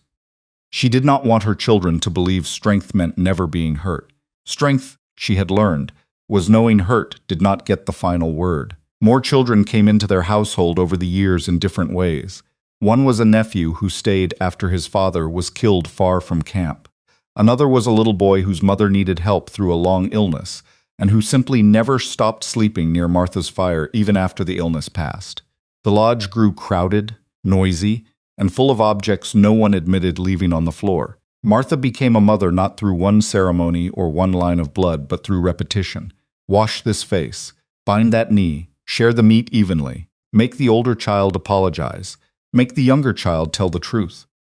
Wake when someone coughs, sit nearby when someone is grieving and does not want advice. The work was relentless. It was also the life she had chosen. As Martha's Apache improved, another kind of work found her. Traders often arrived with questions they thought were simple because the questions were in English. What did a family want for hides? Which trail was open? Would the camp trade for flour, needles, salt, cloth? At first, Martha translated words. Later, she learned that words were the easy part. A trader might say, "I'll pay a fair price," and mean whatever price he could get away with. An elder might answer with a silence that meant the offer was insulting. Martha began explaining not only language but intention. "Say the number," she told one trader who kept praising the quality of a stack of hides without naming a price. "I'm getting to it. You have been getting to it for 10 minutes. The man looked offended. Sitting nearby, asked in Apache, "Is he trying to make the hides cheaper by talking?" "Yes." The trader's face changed when he realized Martha had translated the tactic as well as the words. After that, negotiations became shorter. Martha never wanted to become the only bridge between languages. A bridge controlled by one person could become another kind of gate. So she taught English to anyone who wanted it, beginning with numbers, measures, common trade terms, and the phrases most useful when dealing with officials. "No," she told the young people, "is an important word in every language." They learned that one first. In return, they corrected her Apache, even years after she believed she no longer needed correction. She always needed correction. That humility saved her from becoming another Silas, someone who mistook access to words for ownership of truth. At night, when work was done, stories were told around the fire. Martha understood more each year. Some belonged to old journeys, some to animals, some to relatives whose names had become lessons. She listened carefully. She did not write them down unless the teller wanted that. Oakhaven had taught her that written records could preserve truth, but it had also taught her that paper could be used to steal, rename, and claim. Memory had its own law. When Taza-Nzhoni told a story, Martha learned the rhythm as much as the meaning, where the old woman paused. Which detail made children laugh? Which line elders repeated with her? Long after Martha could translate the words, she knew translation alone would flatten them. "You keep too much in your head," told her once. "I had to make room after Oakhaven emptied it. That is not how heads work. How would you know?" He pointed to his own. "Mine works. Debitable." Years later, when younger children asked Martha for one of Taza-Nzhoni's stories, she told it as closely as she could remember. She never said the story belonged to her. She always began by naming who had taught it to her. That habit became part of her work as healer too. "This came from Taza-Nzhoni. This I learned from my mother. This was shown to me by Sani. This came from a ranch woman I knew as a girl. Knowledge had a trail just like deer." Martha believed people should see where it came from. The practice mattered most to their daughter, who grew up moving easily between worlds that had once seemed impossible to Martha. The girl knew English without being ruled by it. She knew the mountain paths without treating the land as something she owned. She could sit beside traders, soldiers, hunters, children, or old women and listen before deciding which part of herself the moment required. Watching her, Martha understood that the strongest answer to Oakhaven was not proving Silas wrong. It was raising someone who did not need Silas's kind of world to tell her who she was. Taza-Nzhoni aged slowly until she did not. For years she seemed unchanged, the same strong hands, the same sharp gaze, the same refusal to waste words. Then one winter Martha noticed she used both hands to rise from a mat.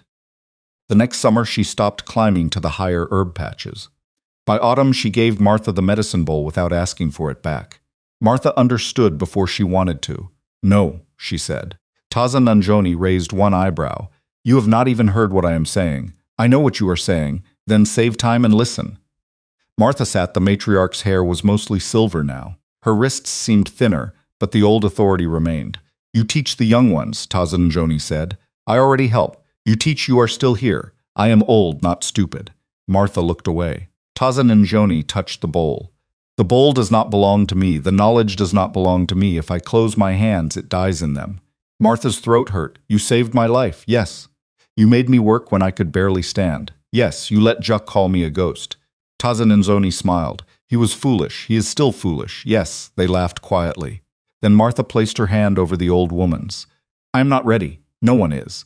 Taza-Nzhoni died the following spring after a short illness. There was no dramatic final speech. Her breathing became weaker over 3 days. People came and went from the lodge, sitting near her, bringing water, touching her hand.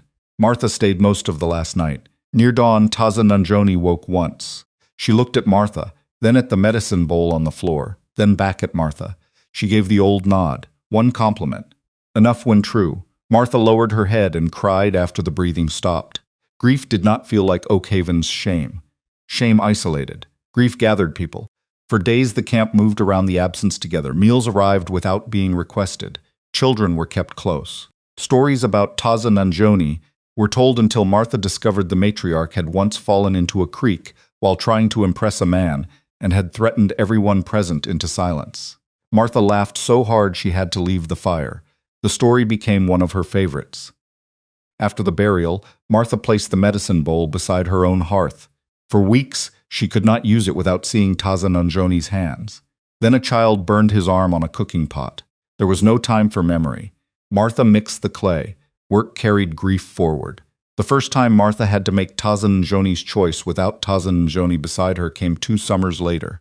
A scout found a wagon near the eastern flats, one wheel broken, and the canvas burned brown by sun. The family traveling with it had tried to walk toward a trading road after their water barrel cracked. One man had continued on for help. His wife and a teenage boy remained under the wagon because the woman could no longer stand. The scout brought the boy to camp and returned with Jew for the woman. When Martha saw the litter coming in, memory stopped her in the middle of grinding corn, a pale face, cracked lips, clothing stiff with dust, hair stuck to the forehead with sweat. For one breath, she was back in the wash. Then training replaced memory. Not too much water, she called. Jua looked at her. I know, I am reminding myself. They carried the woman into the shade. Her name was Eliza Ward. She came in and out of consciousness, speaking nonsense about a blue house and chickens that were not there. Her skin was dangerously hot. The boy Daniel hovered nearby, frightened by everything around him and trying not to show it. Martha gave moisture by small amounts, cooled Eliza's skin and watched her breathing. She mixed clay but used it only on the burned areas, not as a cure for what clay could not cure.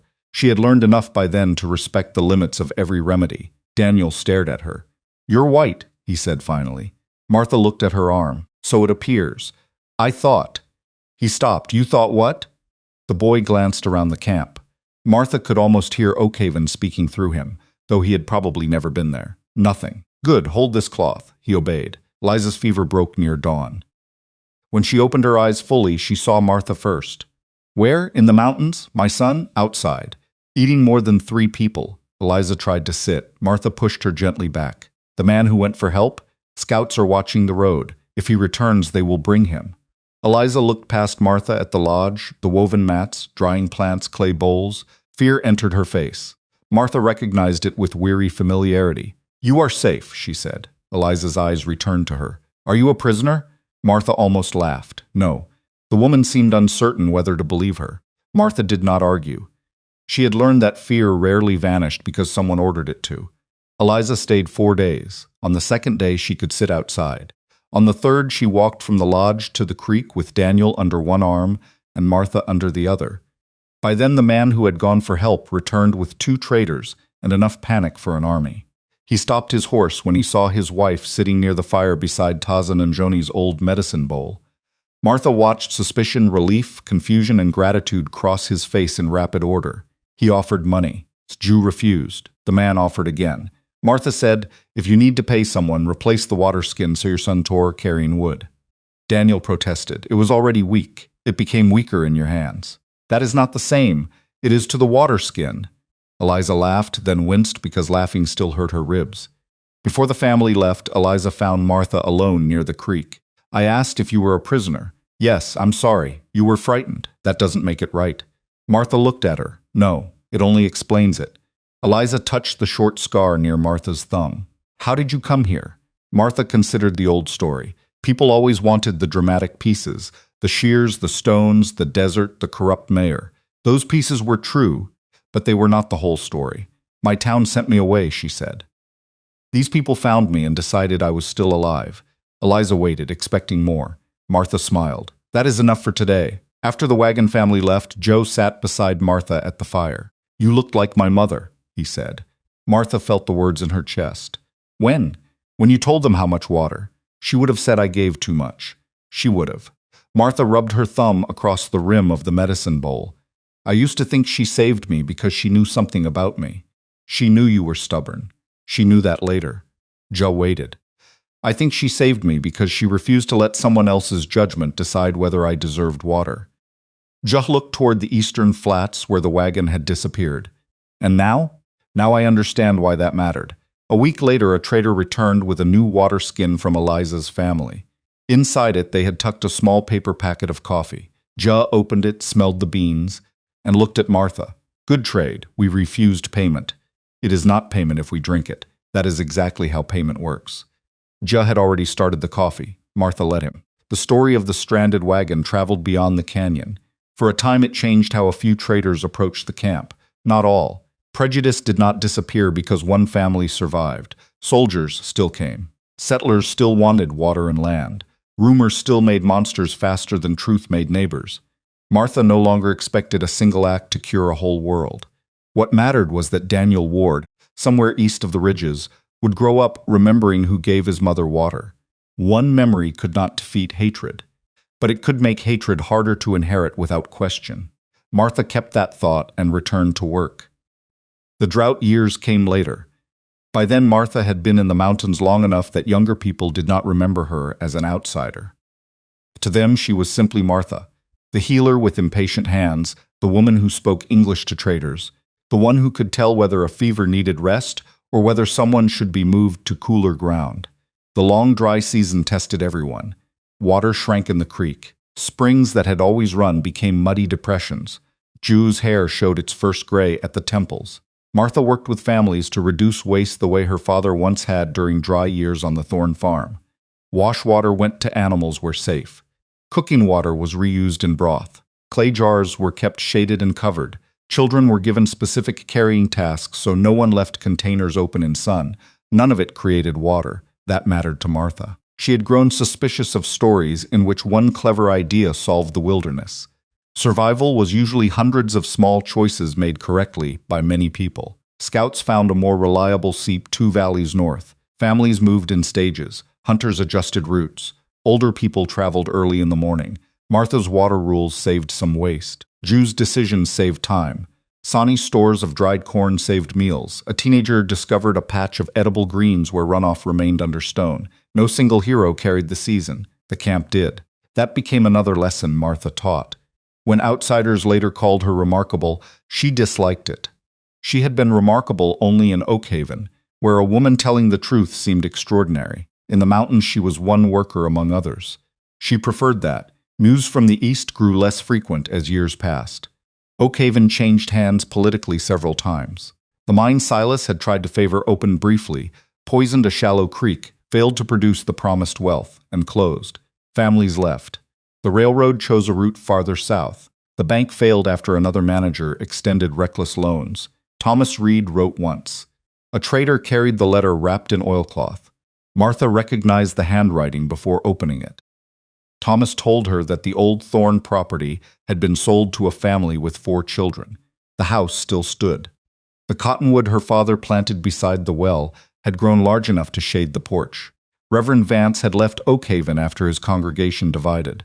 No one knew where he went. Silas was rumored dead in a mining camp in Nevada, though Thomas admitted rumors about Silas had been wrong before. At the bottom of the letter, Thomas wrote one final line. Your name is clear in the record. Martha read that sentence 3 times. Then she folded the letter. Joe watched from the doorway. Does it matter? He asked. Martha thought carefully. Yes, he waited.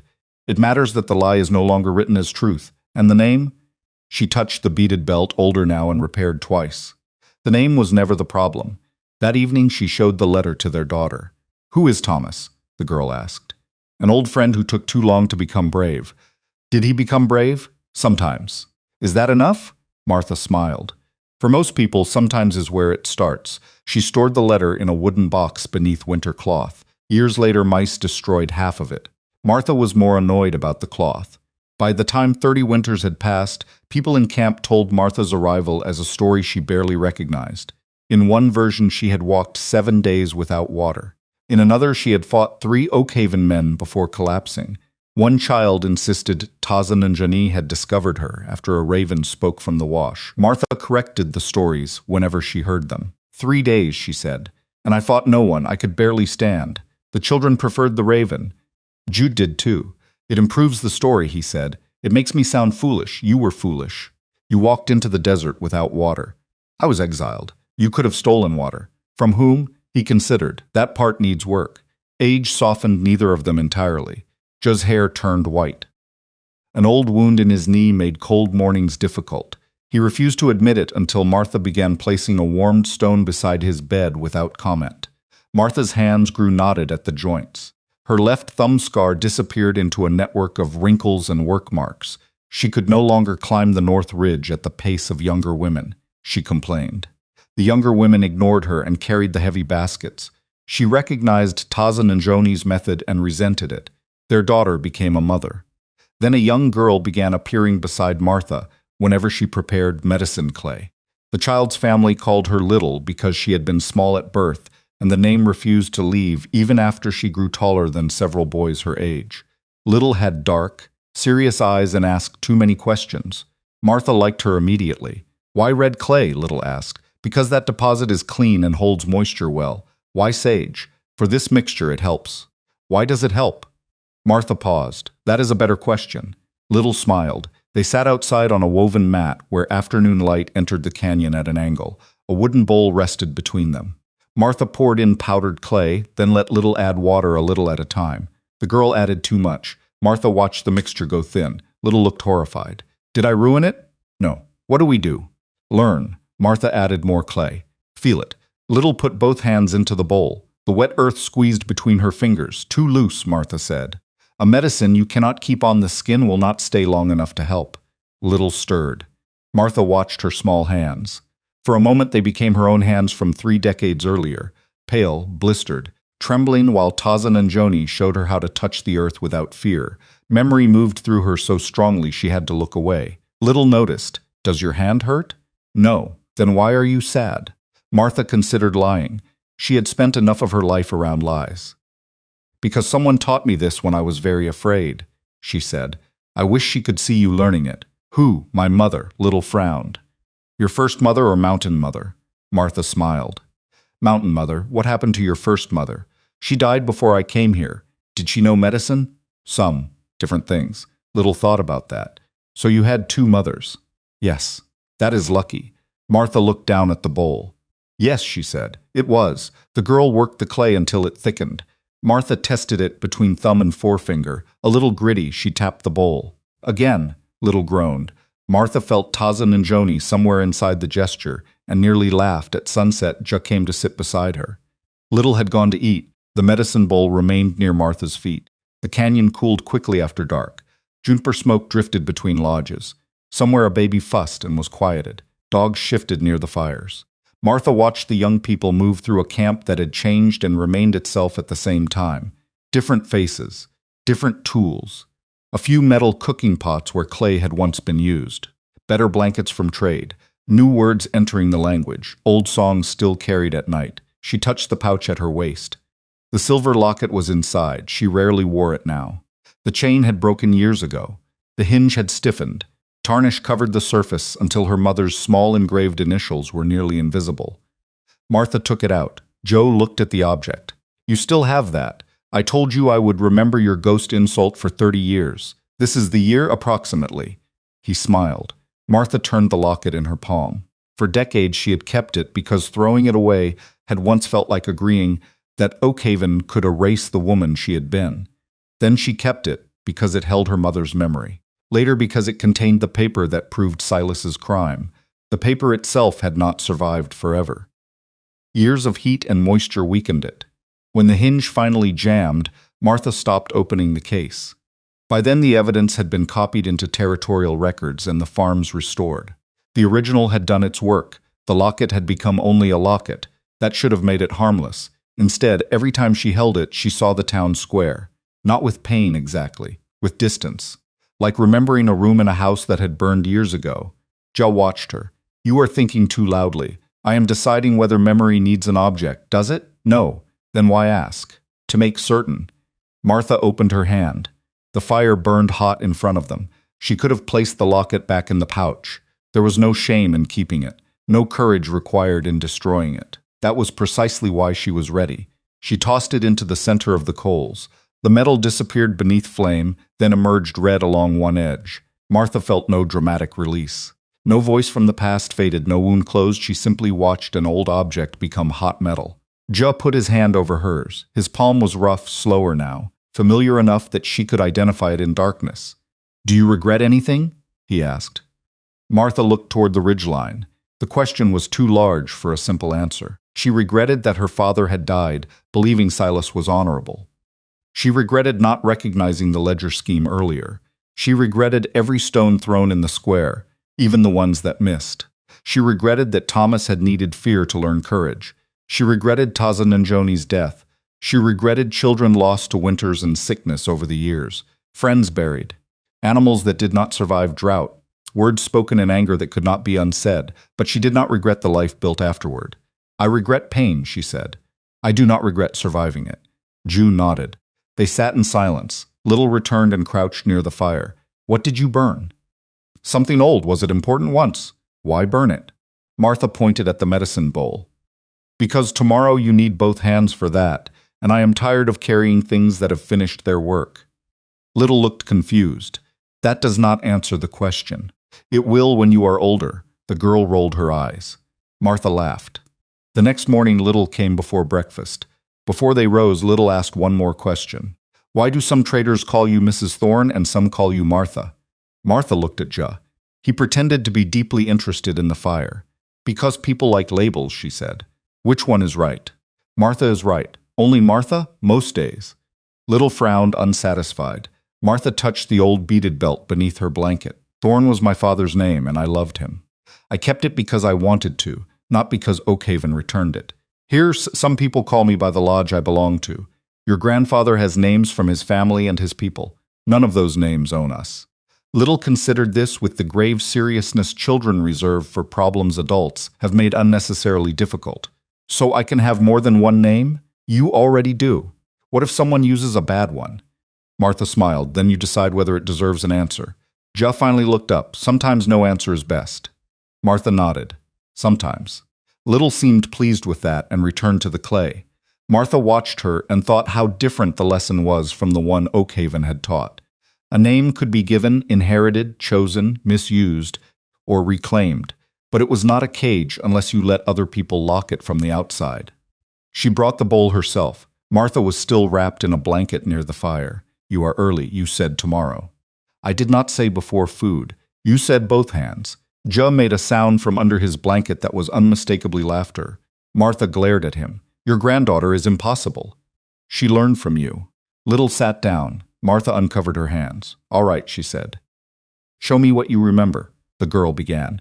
Clay first, then water. Slowly, feel the texture. Do not rush because someone is watching. Do not pretend a mistake is not there. Fix what can be fixed. Learn what cannot. Martha corrected her grip once, then twice. On the third attempt, Little found the right consistency. She looked up, waiting for praise. Martha rubbed the mixture between two fingers. She thought of a lodge filled with cedar smoke, a woman with silver in her hair, a bowl of stew placed just far enough away that a dying stranger had to stand if she wanted to eat. Martha nodded once. Little's face lit. The gesture crossed 30 years without losing meaning. Outside, morning spread over the Chiricahua ridges. Light moved down the canyon walls and found the creek. Horses shifted in the cold. Someone split wood. Someone called for a missing child. Someone else laughed. The day began without ceremony. Martha stood slowly, Little taking the bowl before she could reach for it. I can carry it, Martha protested. I know. Then give it back. No. Martha stared at the girl. Little walked away. Just stepped outside behind them, leaning slightly on the post where his knee troubled him. Martha looked at him. Everyone has become disrespectful. You taught them they belong here. That was a mistake. Ja smiled. They followed Little toward the central fire. Martha no longer thought of Oakhaven every day. Sometimes months passed before a smell, a word, Or the flash of scissors in someone's hand brought the square back to her. When it came, the memory had no authority. It was only a place she had survived. The town had once believed shame could remove a person from the world. Cut her hair, take her house, name her corrupt, march her beyond the last fence, and let heat finish the sentence. What they had not understood was that a life did not end at the edge of their approval.